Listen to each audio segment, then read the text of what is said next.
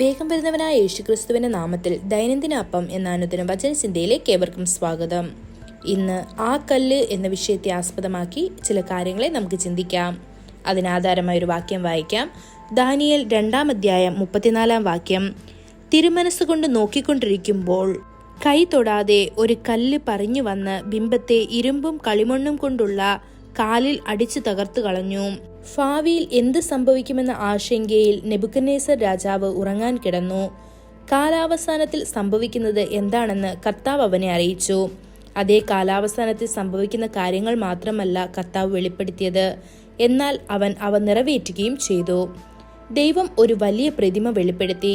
ബിംബത്തിന്റെ തല തങ്കമായിരുന്നു, അതിന്റെ നെഞ്ചും കൈകളും വെള്ളി, അതിന്റെ വയറും തുടകളും വെങ്കലം, അതിന്റെ ഇരുമ്പ് കാലുകൾ, അതിന്റെ പാദങ്ങൾ ഭാഗമായി ഇരുമ്പും ഭാഗമായി കളിമണ്ണുമായിരുന്നു. ഈ ചിത്രം പല കാലഘട്ടങ്ങളെ സൂചിപ്പിക്കുന്നു. അവസാന കാലം ഭാഗികമായി ഇരുമ്പും ഭാഗികമായി കളിമണ്ണും കൊണ്ടുണ്ടാക്കിയ സമയമായിരിക്കും. വ്യഭിചാര കൂട്ടുകെട്ടുകൾ ഭരിക്കുന്ന കാലഘട്ടമാണിത്. അത്തരം സമയങ്ങളിൽ മാത്രമേ കർത്താവായ യേശു കൈകളില്ലാത്ത കല്ല് ശക്തമായി ഇറങ്ങി വന്ന് ആ സാമ്രാജ്യത്തെ ആക്രമിക്കുകയും രാജാക്കന്മാരുടെ രാജാവും പ്രഭുക്കന്മാരുടെ കർത്താവുമായി സ്വയം സ്ഥാപിക്കുകയും ചെയ്യും. വലിയ സാമ്രാജ്യങ്ങൾ തകരുന്ന നാളാണിത്. രാഷ്ട്രങ്ങൾ ആക്രമിക്കപ്പെടുന്ന സമയം. കൈകളില്ലാതെ വെട്ടിയ കല്ല് ഉരുട്ടി ജാതികളെ തകർത്ത് കളയും.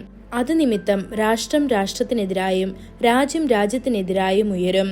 വിശുദ്ധ ഗ്രന്ഥം മത്തായി സുവിശേഷം 24-ാം അധ്യായം 5 മുതൽ 8 വരെയുള്ള വാക്യങ്ങളിൽ ജനത ജനതയ്ക്കെതിരെയും രാജ്യം രാജ്യങ്ങൾക്കെതിരെയും ഉയരുമെന്നും വിവിധ സ്ഥലങ്ങളിൽ ക്ഷാമങ്ങളും മഹാമാരികളും ഭൂകമ്പങ്ങളും ഉണ്ടാകുമെന്നും ഇതെല്ലാം ഈറ്റുനോവിന്റെ ആരംഭമെന്നും പറയുന്നു. ഇന്ത്യയിൽ ഒരു സംസ്ഥാനം മറ്റൊരു സംസ്ഥാനത്തിനെതിരെ ഉയരുന്നത് നാം കാണുന്നു. കാവേരി നദിയിൽ നിന്ന് തമിഴ്നാട് അർഹമായ ജലവിഹിതം ചോദിക്കുന്നത് കൊണ്ട് മാത്രം തമിഴ്നാടും കർണാടകയും തമ്മിലുള്ള കയ്പ് നോക്കൂ. മറ്റൊരു സംസ്ഥാനവുമായി പങ്കിടുന്നതിനേക്കാൾ വെള്ളം പാഴായി പോകാൻ അവർ ആഗ്രഹിക്കുന്നു.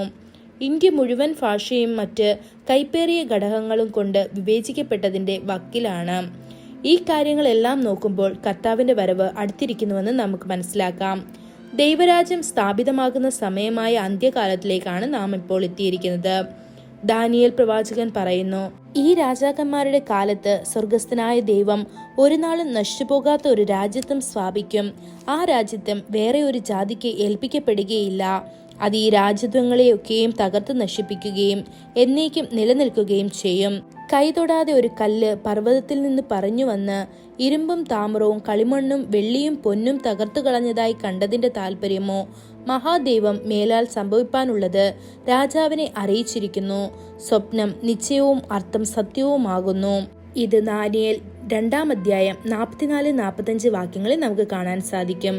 ദൈവമക്കളെ, ഈ ലോകത്തിലെ രാജ്യങ്ങൾ തകർന്നേക്കാം, എന്നാൽ ദൈവരാജ്യം ഒരിക്കലും നശിപ്പിക്കപ്പെടുകയോ തകർക്കപ്പെടുകയോ ഇല്ല. കർത്താവായ യേശുവിന്റെ അടിസ്ഥാനത്തിലും മൂലക്കല്ലിലും അപ്പോസ്തലന്മാരുടെ പഠിപ്പിക്കലുകളിലും നമ്മെ കെട്ടിപ്പടുക്കാൻ കർത്താവ് ഉടൻ വരുന്നു. ഈ വചനങ്ങളാൽ ദൈവം നമ്മെ ഓരോരുത്തരെയും അനുഗ്രഹിക്കുമാറാകട്ടെ. കൂടുതൽ ധ്യാനത്തിനുള്ള വാക്യം സെഖര്യാവ് 14-ാം അധ്യായം 5-ാം വാക്യം. എന്റെ ദൈവമായ യഹോവയും തന്നോടുകൂടെ സകല വിശുദ്ധന്മാരും വരും. ഇന്നത്തെ ബൈബിൾ വായന രാവിലെ 1 ശമൂവേൽ 4, 5, 6 അധ്യായങ്ങൾ. വൈകുന്നേരം ലൂക്കോസ് 9-ാം അധ്യായം 1 മുതൽ 17 വരെയുള്ള വാക്യങ്ങൾ. ആമേൻ.